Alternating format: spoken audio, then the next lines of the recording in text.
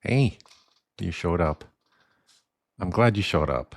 Um, Pull something comfortable around you. Find a spot where you can actually settle in and let's do this. I'm Dave, and this is the show. And if you're new here, I want you to know we go deep, we go personal. We take these films seriously because they deserve to be taken seriously.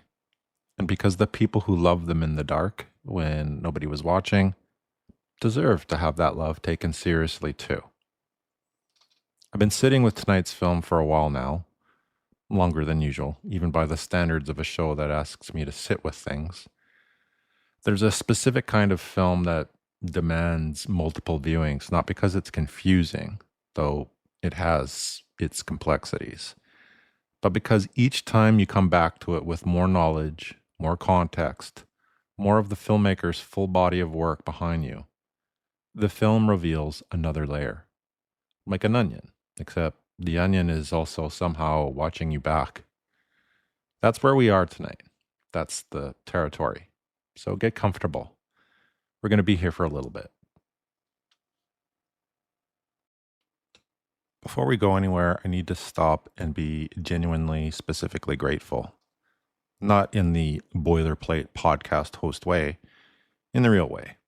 Because this show, My Bloody Love Letter, is the most creative project I've ever attempted in public, at least at this point. It asks me to be honest about things that matter to me in ways that leave me, at times, genuinely exposed. And the fact that people are here for it and that you are here for it is something I do not take for granted, not for one single episode. So, to the friends who have been here from the very beginning, who listen to rough early versions, and for that matter, rough later versions, who gave me honest feedback instead of just kind feedback, who kept sharing the show when they didn't have to. You are the structural foundation of this whole thing, and I don't say that enough. To my family, who have tolerated a truly unreasonable quantity of dinner table conversation about Italian horror cinema and giallo aesthetics and the filmography of Dario Argento, and who have remained loving and supportive rather than concerned. I'm grateful for what I've asked of you, and I'm aware of that.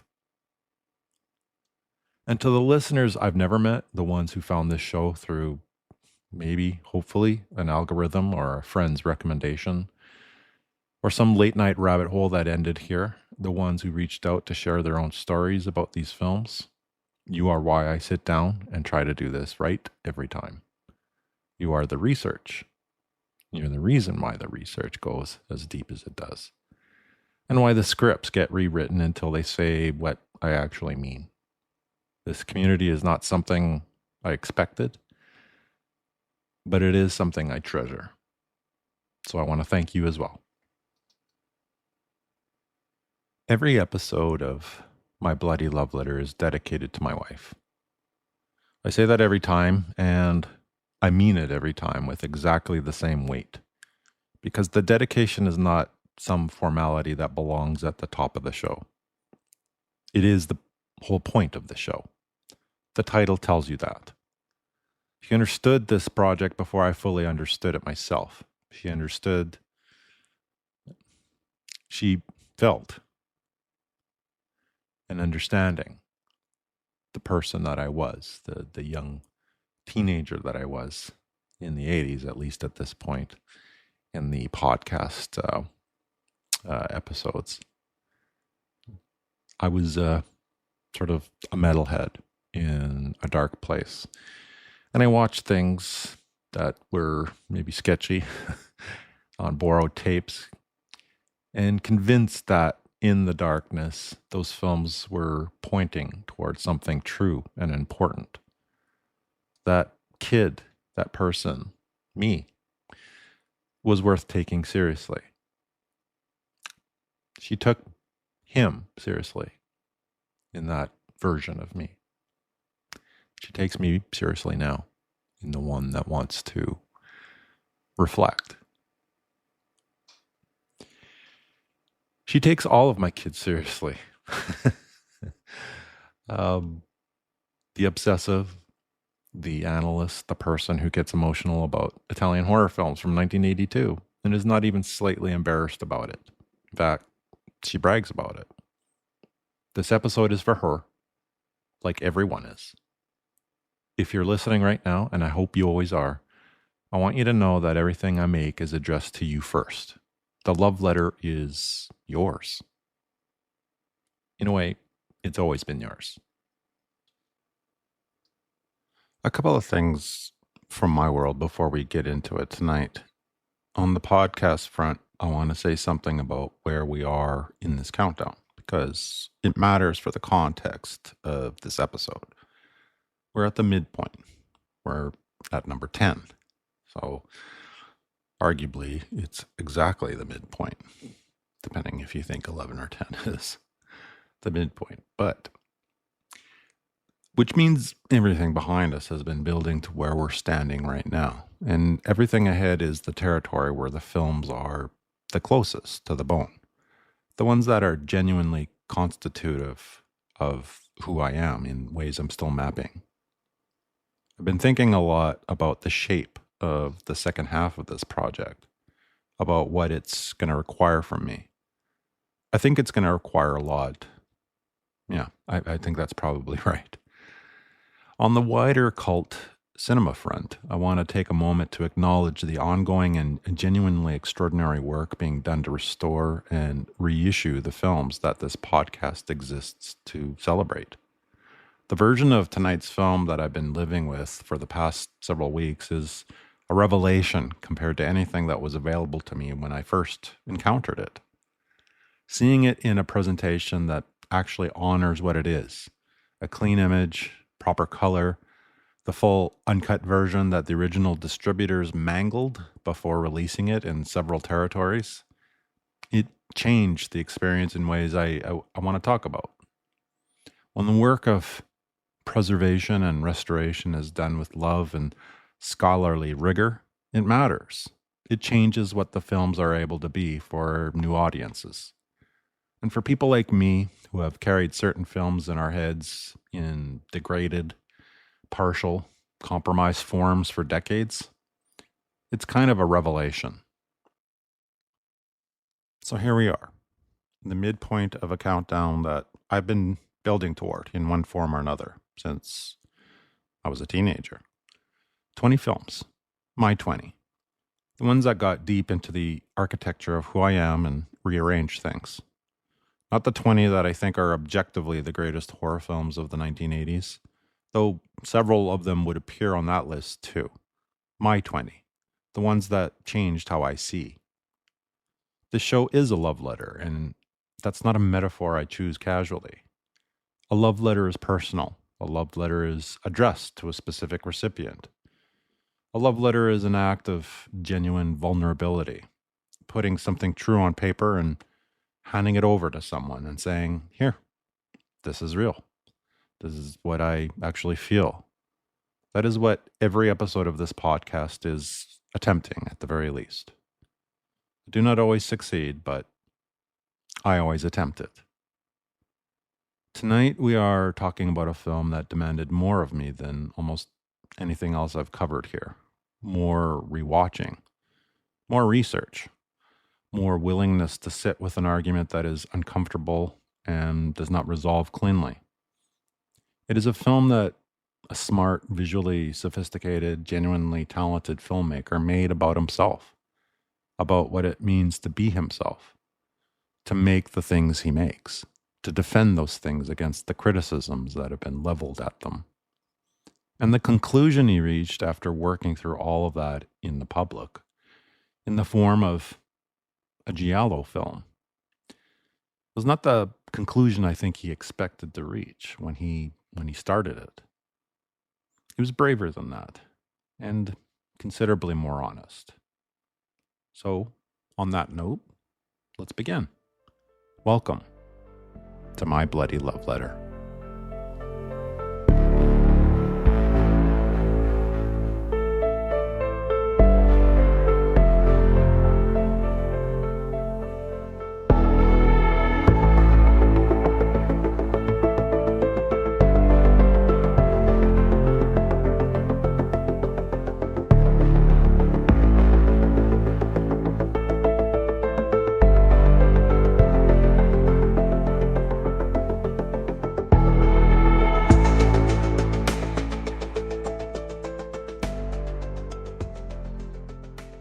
talk about how I came to Dario Argento, because the path matters.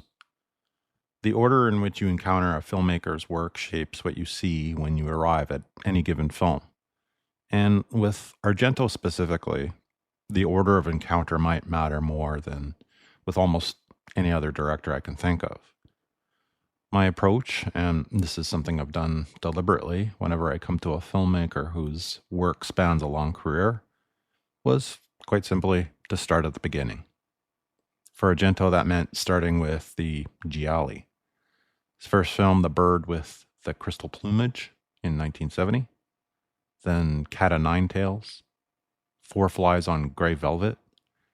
The films where he was establishing the style, defining the vocabulary, working out what the giallo form could do in his hands.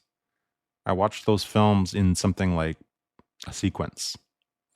And I fell in love with what I was seeing, the elaborate camera movement, the color, the violence that was simultaneously lurid and genuinely beautiful.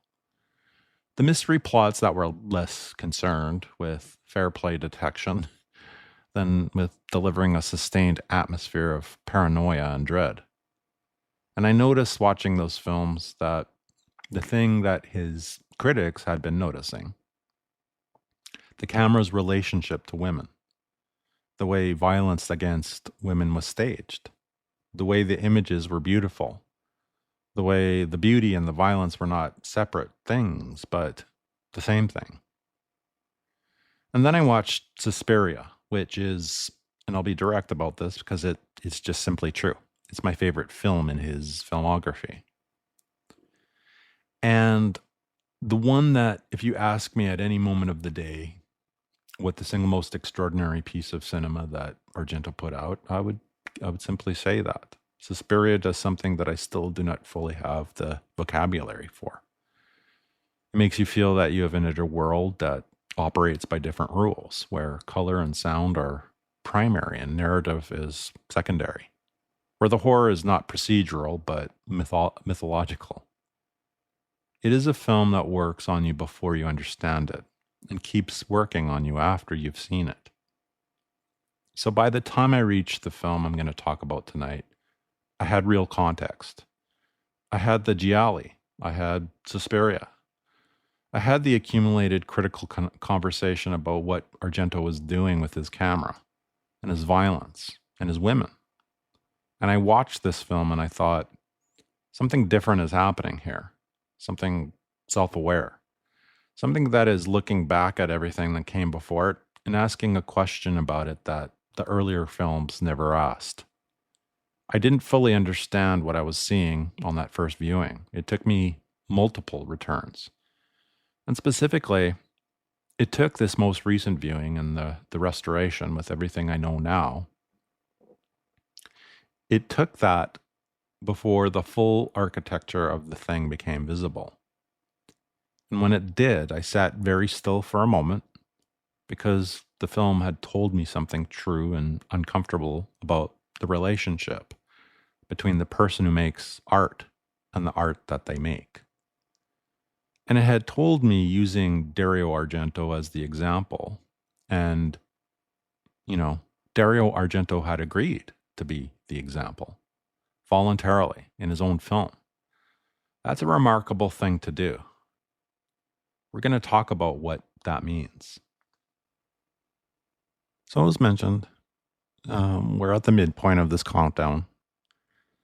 And, we're at number 10 of 20, roughly the exact center. That does not make sense. But anyways, I wanted to make a point again of this, that because now we're in the top 10, it sort of ups the stakes of, importance. Not that films 11 or not films 20 through to 11 are not impactful and influential and have imprinted on me, but obviously top 10 is the one where you're duking it out for space there. And putting this film on here. It was originally in sort of, I guess, the bottom half of the top 20. But it was really this last viewing that bumped it up. And so obviously I'm keeping, I'm dragging this out a little bit too long, I feel. But it's a film, again, that stands at the threshold of the ones that influence me and the ones that are me. And I've been building toward telling you what this is. And hopefully I do it service. I do it, make it worthy of its of this film. So again, this film was released in Italy in 1982, and it was directed by Dario Argento. It's known in many international markets under a Latinized spelling that appeared on most export prints and got mangled in the American market into something called Unsane. Un with a U, sane, which is a title so wrong for this film that I find it almost offensive. What we're talking about tonight is the real film, the full uncut version.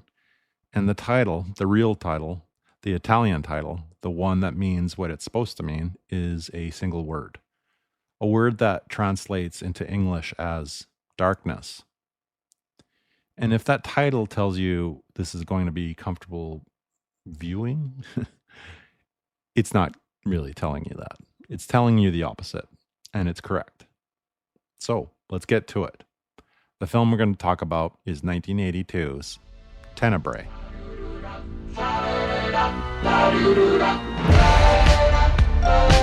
Captain Schiavone, Homicide Squad.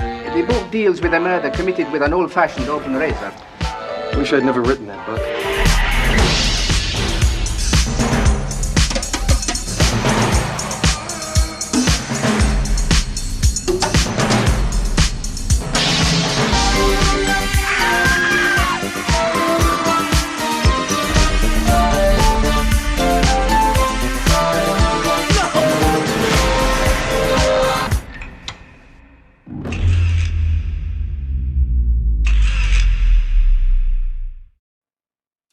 Here's what I believe about Tenebrae.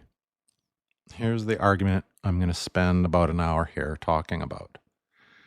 Tenebrae is Argento's self-portrait as a monster.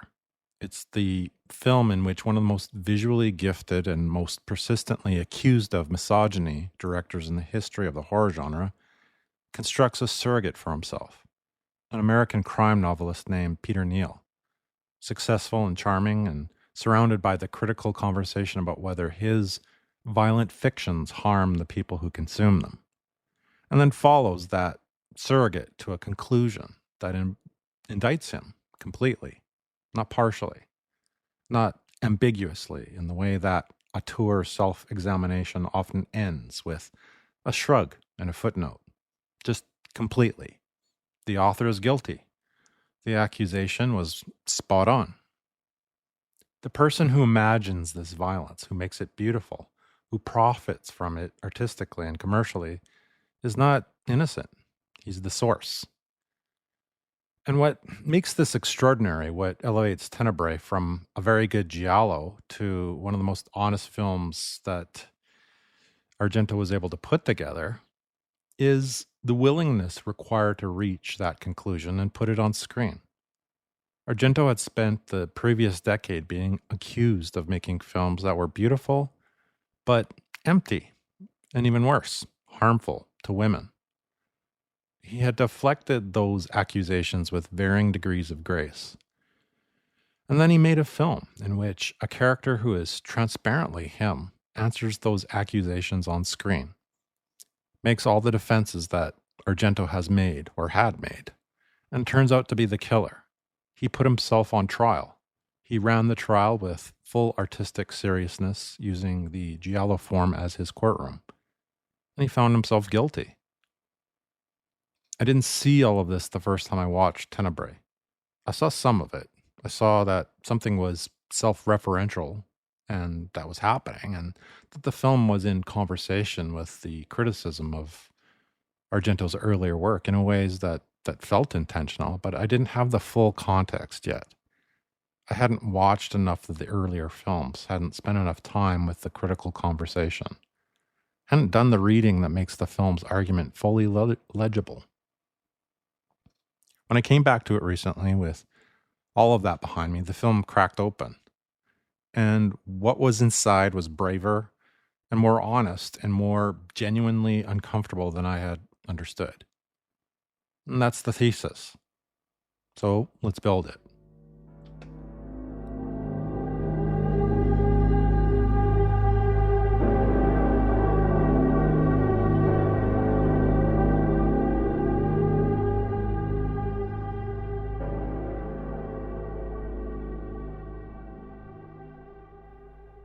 (1982) is a specific and interesting year to be making a giallo, and the specificity matters.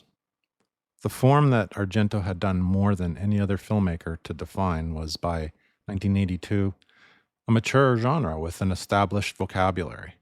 It had a recognizable aesthetic, and it had a set of audience expectations that had been accumulated across more than a decade of Italian genre production.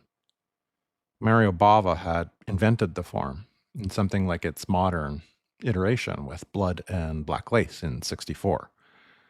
And then the progenitor of the Friday the 13th movies, Bay of Blood, in 1971. Argento had elevated it, though. He internationalized it. He pushed its formal possibilities further than anyone had thought they could go. And by 1982, the giallo was beginning to show signs of a form that had been thoroughly and repeatedly mined. Argento's own position in this landscape is worth understanding, specifically. After the commercial and critical success of the early gialli, he had made Deep Red in 1975, widely considered the apex of the giallo form, the film where every formal possibility of the genre is pushed to its absolute limit. And the result feels genuinely definitive. And then in Suspiria in '77, he departed from the giallo's nominal commitment to logical detection and plunged into something explicitly supernatural and mythological. And then in '80, he made Inferno. It was the second chapter of the Three Mothers trilogy that Suspiria had begun. So by the time Tenebrae goes into production, Argento had been away from the giallo for about 6 years. And now he's returning to it. And he's returning to it having accumulated during those 6 years a considerably more pointed critical reception than he had previously experienced. The misogyny accusation had intensified. Film scholars were writing with increasing specificity about the camera's relationship to women's bodies in Argento's films. The charge was not simply that women were killed in his movies, that was true of the entire horror genre for that matter, but that the camera's way of attending to the violence was specifically erotic, specifically gratifying, specifically designed to produce pleasure in a viewer positioned as a male. The male gaze. That accusation was in the air when Tenebrae went into production. It's the accusation the film was made to address.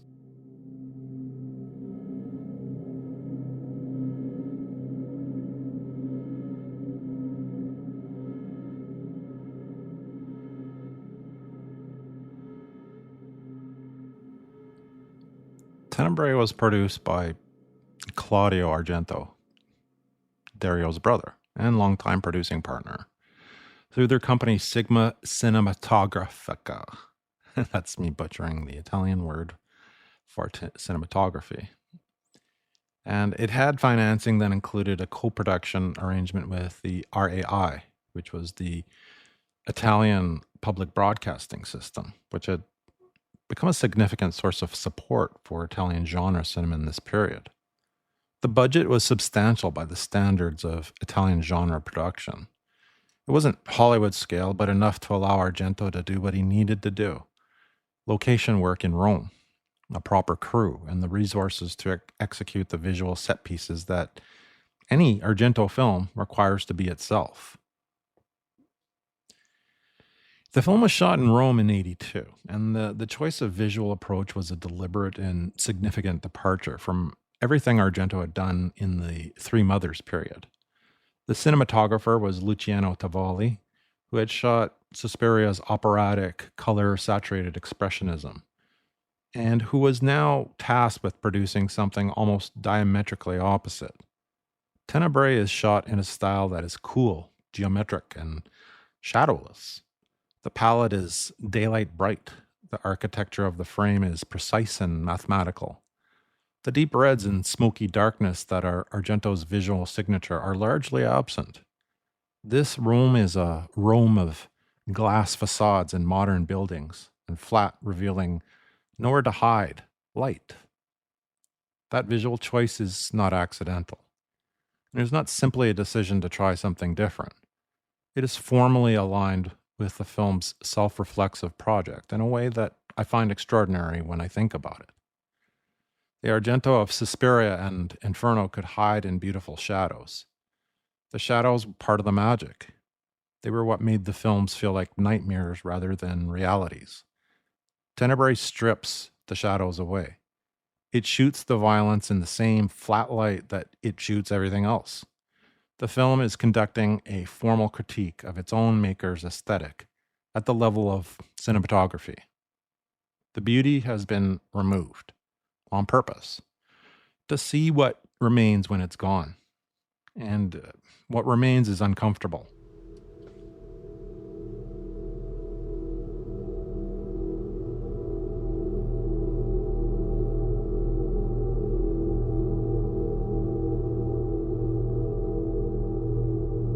Tenebrae arrives at what I consider the most pivotal moment in Argento's career. And to understand why, you need to have the full arc in mind. He had the early gialli, which was brilliant and formally inventive. It worked within and against genre convention simultaneously. Then he had deep red, which is essentially the culmination of the genre. The film where the giallo's logic is pushed as far as it can go, and the result is something that feels kind of like the form's definitive statement. Then he pivoted to Suspiria and the Three Mothers into the Three Mothers territory, a genuine departure into the explicitly supernatural. It was beautiful and extraordinary, and by the critical conversation of the early 80s, further evidence of a filmmaker who prioritized sensation and spectacle over substance, who made his images beautiful at the expense of everything else, and who specifically made violence against women in ways that were off-putting but beautiful in some bizarre way. And it was impossible to ignore. Tenebrae is Argento's return to the giallo after the Three Mothers detour. And it is a return to that is fully and self-consciously aware of its own context. This is not simply a director going back to what he knows how to do. This is a director returning to the form he helped define, having absorbed years of increasingly pointed criticism of his work, and deciding to make that criticism the subject of his film. It is the most self-aware decision of his career. It is also, I'd argue, the decision that required the most courage, because the self-examination Tenebrae conducts does not end with the filmmaker being exonerated. It ends with him indicted and making a film that makes you feel guilty, that finds you guilty of the accusations your critics leveled at you, requires a specific kind of artistic honesty that's genuinely rare at any level of filmmaking. And it's astonishing at the level of a filmmaker of Argento's ego and stature.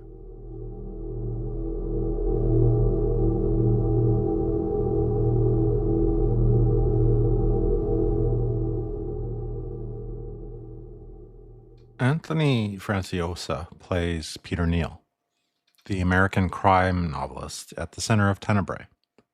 And the casting decision is precise in ways that reward attention.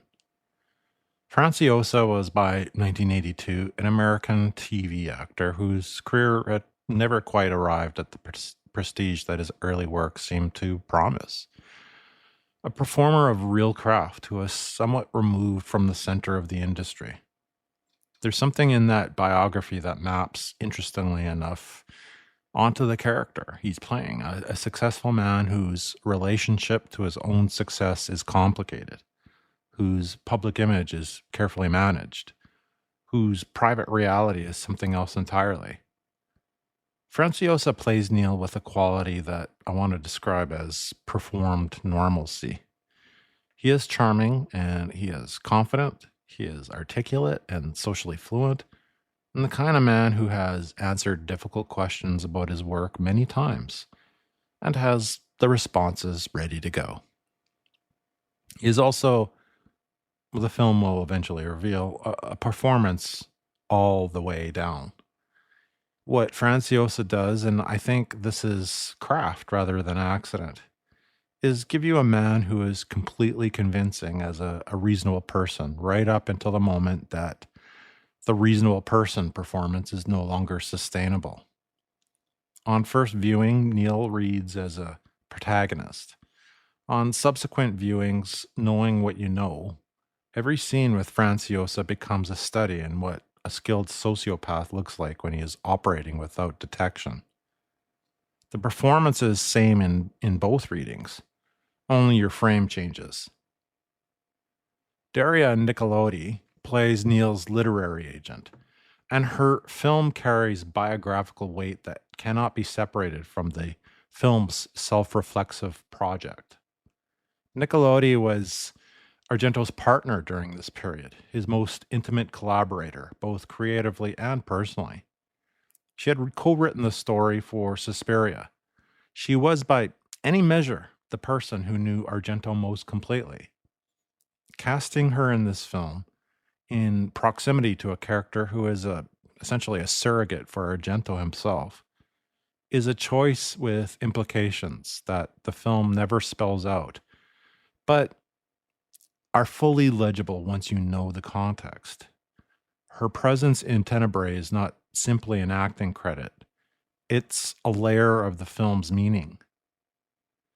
John Saxon plays the grounded and professional American presence as Neil's associate. And Giuliana Gemma, a recognizable face from the Italian popular cinema of the previous 2 decades, takes a turn in the film that is genuinely shocking, and that I'm not going to spoil, but that is one of the most precise deployment of audience expectation and genre casting I've ever seen.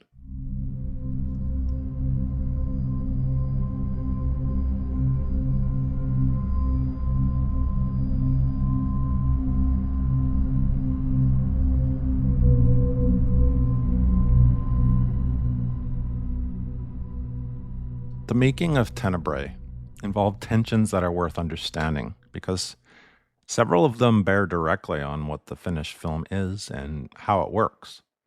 The central tension was between Argento's artistic project, which was a self-reflexive metacritical examination of authorship, and the violence that is not straightforwardly commercial. The expectations of the producers and distributors who were trying to sell the film as exactly what the marketing materials were suggesting, that this was a giallo from Argento, a return to form, the thing that he's best known for, the thing that the audience came for. Argento was simultaneously making that film, and he was also making it about what it means to make that film. The double project is not always comfortable for the people who are backing it and funding it, because you cannot explain the self-reflexive layer in a marketing brief. You can sell an Argento giallo, that's easy. But you cannot easily sell an Argento giallo that is also an argument that Argento's gialli have done something that he's guilty of. The commercial product and the artistic statement had to coexist in the same film. And managing that coexistence under production was tough. He had to stay on a schedule with the expectations of distributors in multiple territories to consider. And it wasn't just a trivial challenge for him. The visual approach, the deliberate stripping away of Argento's signature color expressionism in favor of this cool and geometric daylight exposed style that Tivoli delivered, generated discussion during the production and was not universally embraced by folks around him. They expected a certain kind of film from Argento. The decision to shoot the film's violence in the same flat light that everything else was shot in was a formal choice that some found alienating rather than meaningful. And that Argento held to it anyways, regardless of the feedback, that the finished film reflects the vision he had rather than some compromise with the expectations on the surface that surrounded it. It's kind of its own statement about artistic integrity under this tough and harsh commercial pressure, which for a film about the relationship between the commercial artist and the integrity of their work, it's entirely appropriate.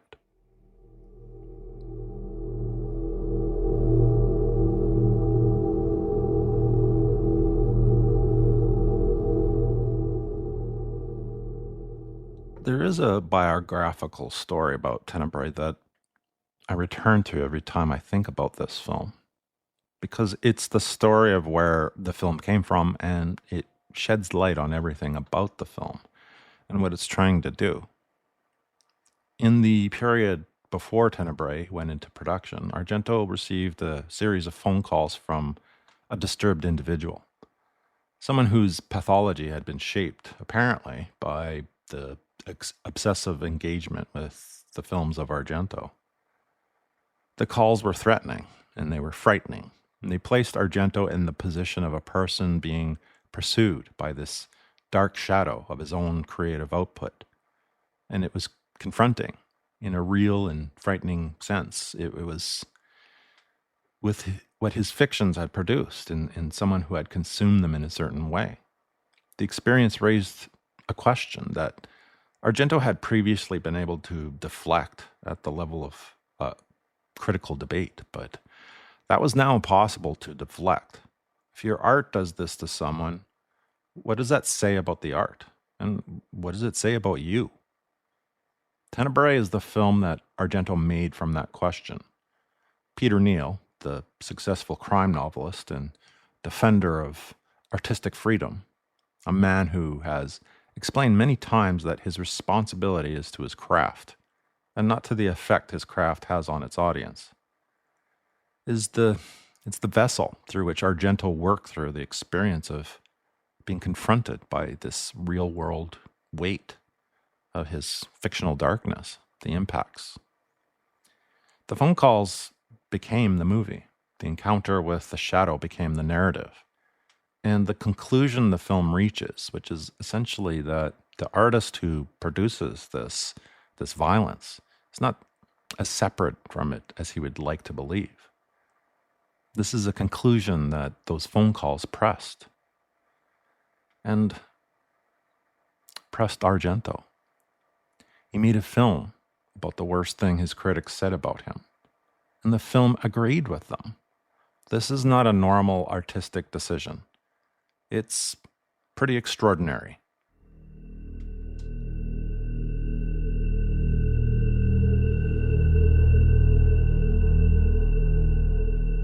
Tenebrae arrives in a cultural moment that is worth mapping, because the film is not just responding to, critical conversation about Argento's work. It's also embedded in a wider cultural argument that we're intensifying in the early 80s.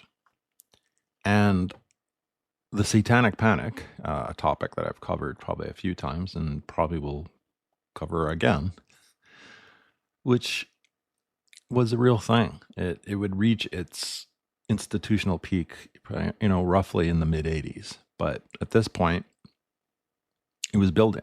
The argument that certain kinds of media that violent films and horror novels and heavy metal music were corrupting their consumers, and it was producing antisocial behavior, and it opened psychological doors that should be remain closed. This argument was gaining traction, and it was gaining traction in school boards, and courtrooms, and legislative chambers. And horror cinema was a primary target. Films like Tenebrae, which to North American audiences was exotic. It was Italian and foreign, obviously. It was violent. And it had content that North American distributors felt compelled to edit before releasing. It was exactly the kind of cultural product that the moral panic pointed to when it needed a scapegoat, some kind of example of this problem.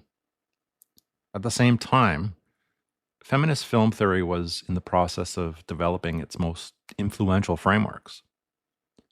Laura Mulvey's 1975 essay on the male gaze had become foundational for critics that were thinking about the relationship between cinema and gender, and about who the camera looks at and how it looks at them for some kind of presumed gratification.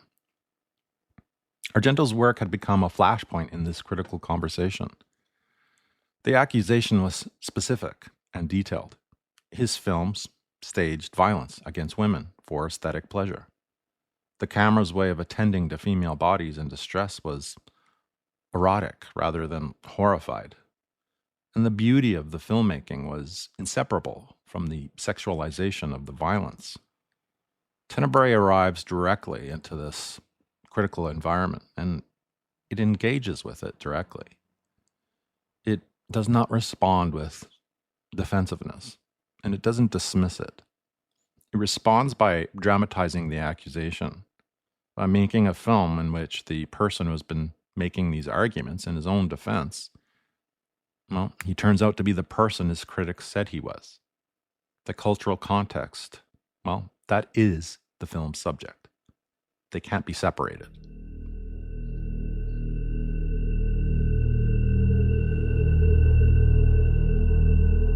The Italian horror landscape of 1982 is rich, and it is worth, adding into this conversation, because Tenebrae is an active part of this conversation. The giallo form that Argento had done more than anyone to define it, at least by this point, was fairly mature in its own way. It was commercially viable, at least in Europe, and aesthetically recognizable. It showed the signs of a form that had been mined extensively by filmmakers of varying levels of ambition and craft. I had talked before earlier in the episode about the Beyond, so Lucio Fulci, he was in the middle of this as well. He was in the middle of this run that he had between, I guess, Zombie and then City of the Living Dead, and then the movie we discussed, The Beyond. It had moved decisively away from the giallo, narrative, the logic, into something more purely atmospheric, more interested in the sustained experience of dread rather than in the mechanics of mystery. Lamberto Bava, who we talked about in the episode about demons, he was also emerging. Even Mario Bava himself, the progenitor of the form, he passed away in 1980. And this gave Italian horror, well, in 1982, it gave it a quality of post-Bava reckoning, of the second generation of filmmakers that were working in a tradition whose founding figure was gone. And internationally, the horror film was doing several things simultaneously. The American slasher was in full industrial and commercial mode. John Carpenter was making The Thing, and British horror tradition was in transition. So in this landscape, Tenebrae is the film that most explicitly thinks about what the giallo is and what it costs. It is a giallo, and it's absorbed this critical conversation about itself and is now conducting a sort of internal audit. It delivers the pleasures that the form promises: elaborate murder set pieces and stylistic invention, the satisfactions of the mystery structure, while simultaneously examining whether those pleasures are moral.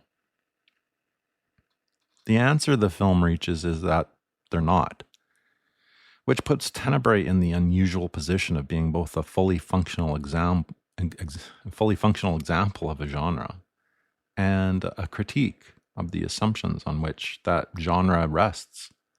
That double position is uncomfortable and productive. And I think it's what makes it the most intellectually serious film of Argento's career.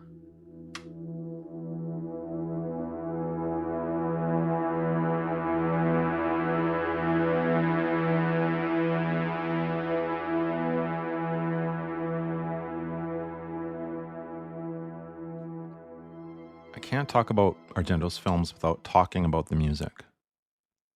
And I can't talk about the music without talking about Goblin. And I can't talk about Goblin without locating them in the specific cultural space that overlapped.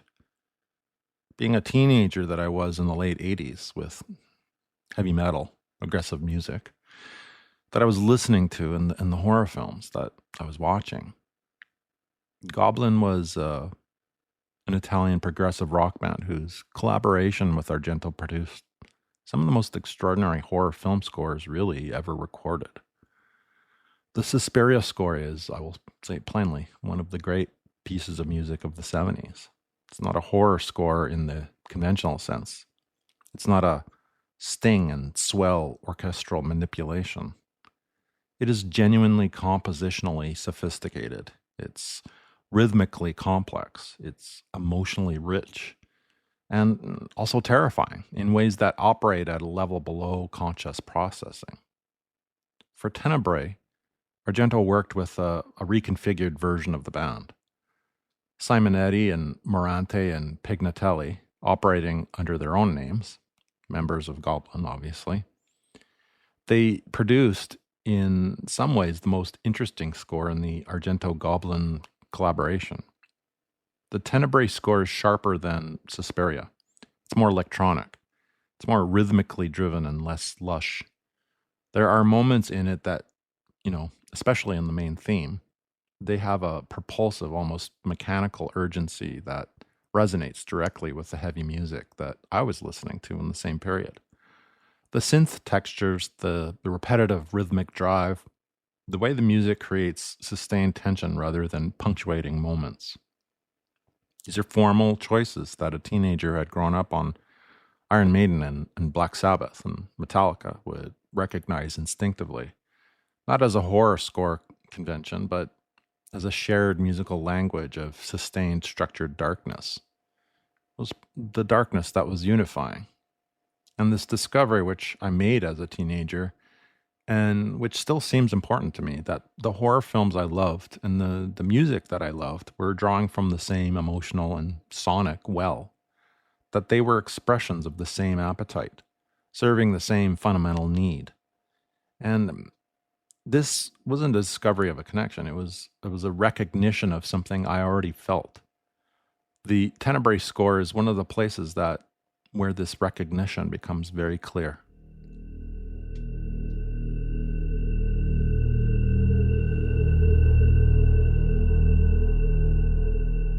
Tenebrae was a substantial commercial success in Italy. It was one of the highest grossing Italian films of 1982. And by some accounts, this validated Argento's return to the giallo form that came after the Three Mothers films. And it demonstrated that his Italian audience was enthusiastic for this kind of work, regardless of the critical conversation that was surrounding it. The domestic Italian reception was warm. Here was Argento doing what Argento did, with craft and visual invention and the specific pleasures that his audience had come to expect. Now, the international story it's considerably messier and worth being specific about, because the version of Tenebrae that most international audiences initially had access to was not Tenebrae. In the United States, the film was released as Unsane. That's with a U. A title that tells you approximately everything you need to know about the distributor's relationship to the film, in a version that had been edited for MPAA compliance.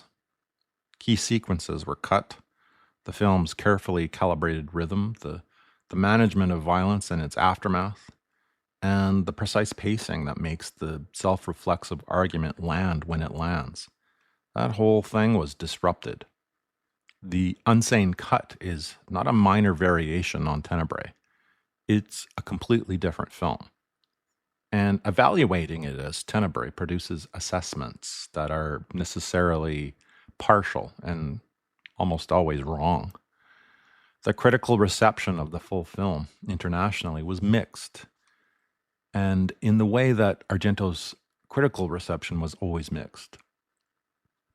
You know, we had one side where there was reverence for his visual achievement, but flip that over, you had frustration with this perceived narrative incoherence.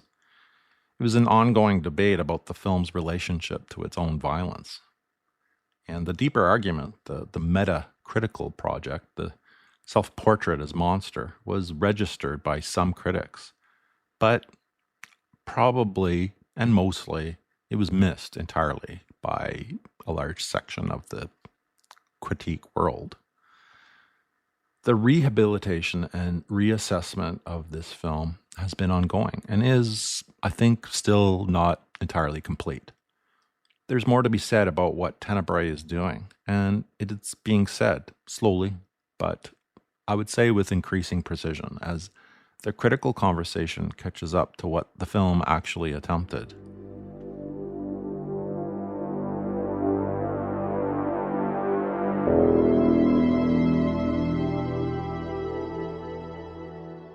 The VHS life of Tenebrae is a story with distinct chapters.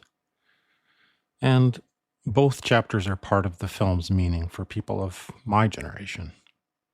The first chapter is the mangled version, this thing called Unsane, which was the US version. It was edited and reclassified also in the UK, which was pretty much the version available through mainstream channels in most English-speaking territories.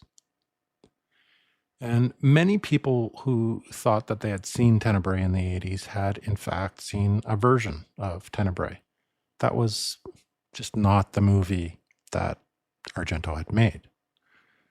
This distinction matters enormously for reasons that go beyond simple completism.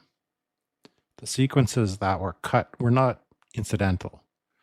They were integral to the film's argument. In the UK, the video nasty era created a legal and cultural environment that made the full version of films like Tenebrae genuinely difficult to access. The director of Public Prosecutions List, this designation of films liable to prosecution under this thing called the Obscene Publications Act, it targeted exactly the kind of content that Tenebrae contains in its uncut form. And having the uncut version, knowing where to get it, moving it through this informal series of channels or networks that circulated forbidden material, these were acts of subcultural membership. You were identifying yourself as a person who had just made the decision that the moral panic was wrong. You were taking on a position. The tape I first watched Tenebrae on was not a good tape. It was several generations removed from any original. The image was murky, and certain of the color choices that are central to the film's visual argument were barely legible. And the full uncut version was not what I was watching, but I didn't know that yet. It took years and research, honestly, and eventually a proper restoration to see the film I was actually trying to see. That experience of carrying a film in your head in a compromised partial form, and then eventually seeing what it actually is one of the defining experiences of being a horror fan of my generation. The film gets better as the presentation improves, but the relationship you built with the compromised version is it's also real. That's not nothing. That's its history.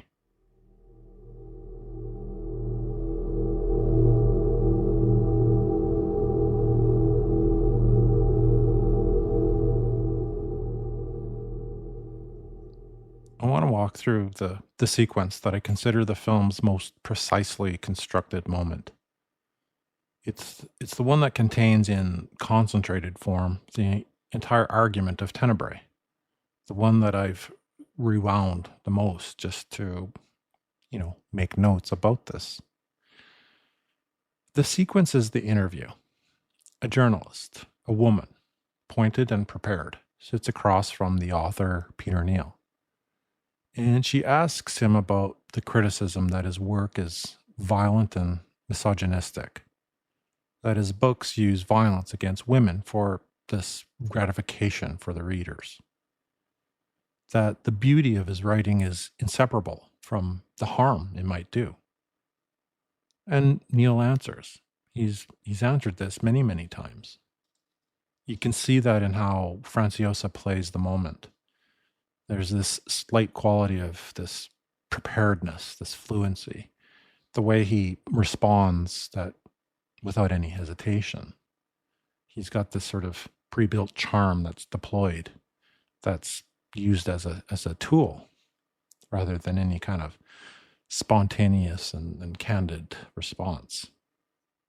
He talks about artistic freedom, the difference between depicting violence and endorsing it, the responsibility of the reader rather than the writer.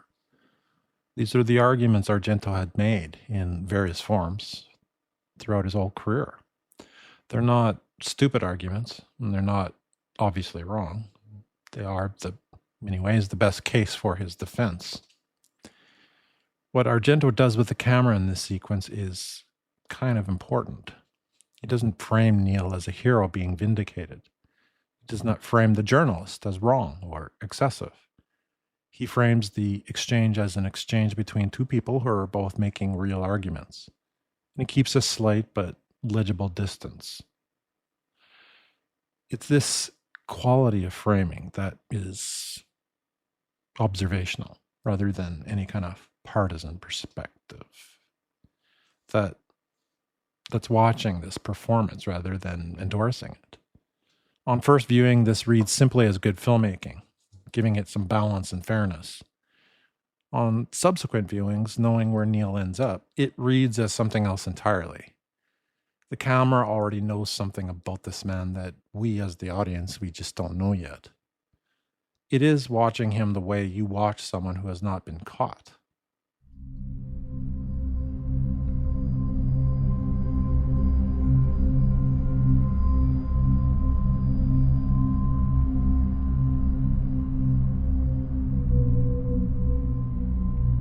So, what is Tenebrae actually saying? What does it add up to when you hold the whole film in mind and ask what it came to do? Tenebrae is saying that the author is not innocent, not in the simple reductive way of the moral panic, not the argument that violent fiction mechanically produces violent people, which is the argument the censors were making back then, and for the most part making now. And it's both empirically contested and it's, quite honestly, it's philosophically thin. In a more specific, more uncomfortable, and I think a more honest way, the argument that the imagination that produces violent fiction, the sensibility that finds in staged destruction a source of beauty and pleasure and art, is not separable from the violence it depicts. The person who imagines this does not get to stand outside it. The maker of beautiful violence is implicated in the violence's beauty. That implication does not have clean edges. It does not resolve into a simple moral lesson, but it's real. And it cannot be argued away with some talk of artistic freedom and the responsibility of the reader. Peter Neal makes all of the defenses that Argento had made in his career. He makes them articulately and with apparent sincerity, and to a degree of social success. The people around him accept the defenses. They find them reasonable, and then they move on. And then the film reveals what is underneath the defenses. Not metaphorically, literally. The person who has been defending his fictions against the charge that they are harmful turns out to be the source of real harm. The defense collapses because the thing being defended was not what it claimed to be. The artistic freedom argument, the reader responsibility argument, the it's just fiction argument, all of those, they hold true as arguments. And all of them irrelevant to the reality underneath. Argento made this film about himself. I don't think that claim is contested at this point. The biographical origin, the surrogate protagonist, the explicit engagement with the criticism of his own work. This isn't subtext. It's actual text. What I think is still underappreciated is the degree of honesty the film required. To make some kind of film that finds you guilty, to use your own aesthetic. The giallo form, the elaborate murder set pieces, the beautiful violence, these are all used as a vehicle for demonstrating that something about that aesthetic is genuinely culpable. So, to put the defense on screen and then demolish it is the point. That is not a comfortable thing to do. It's not a thing that artistic ego typically permits. And to his credit, Argento permitted it. And the result is a film that is more honest about what he is and what he makes more than anything else in his catalog. I find that really interesting and somewhat extraordinary. I found it extraordinary every time I've come back to it. And I expect to keep finding it holding more extraordinariness.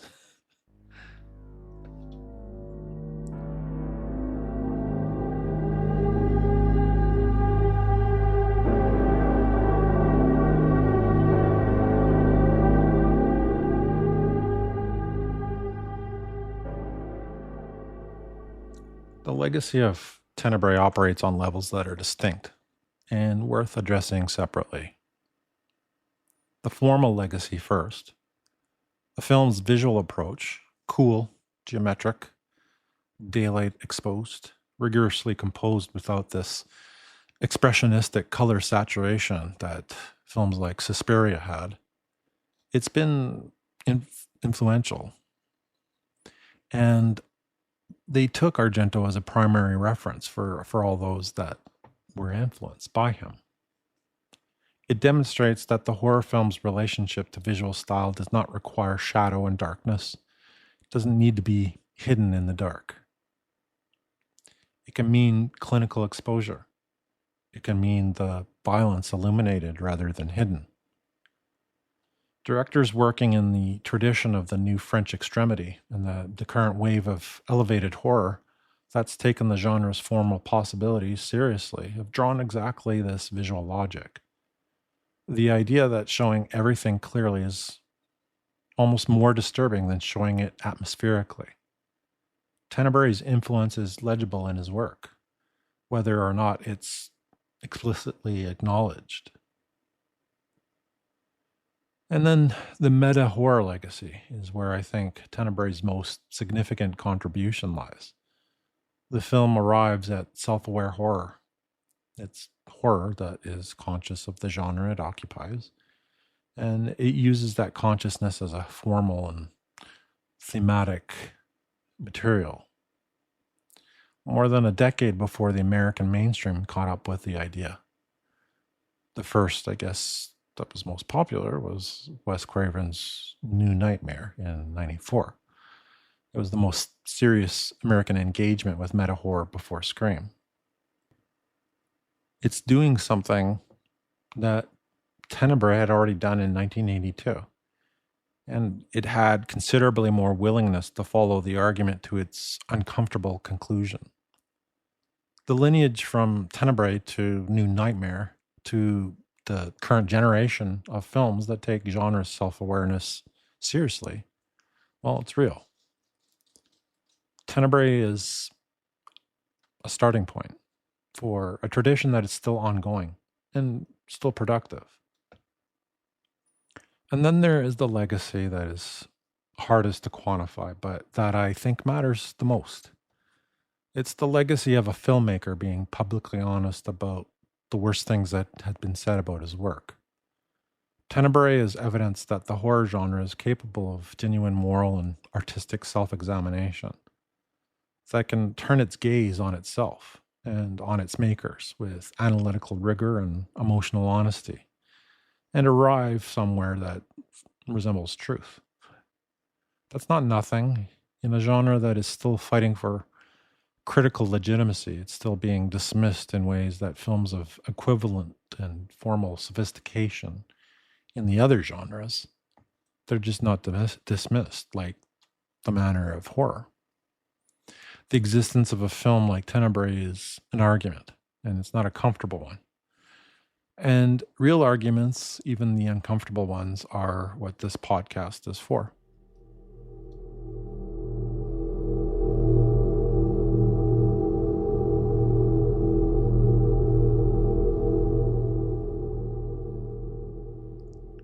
And that is Tenebrae. This is my attempt across multiple viewings, across weeks of sitting with the film and sitting with the criticism and sitting with what Argento was doing and why he was doing it, to do right by one of the most interesting films in his filmography. I want to say something to anyone who's coming to this film for the first time after hearing this episode. Do the work of context if you can. Start with the early gialli, if you want to follow this. Let the style accumulate.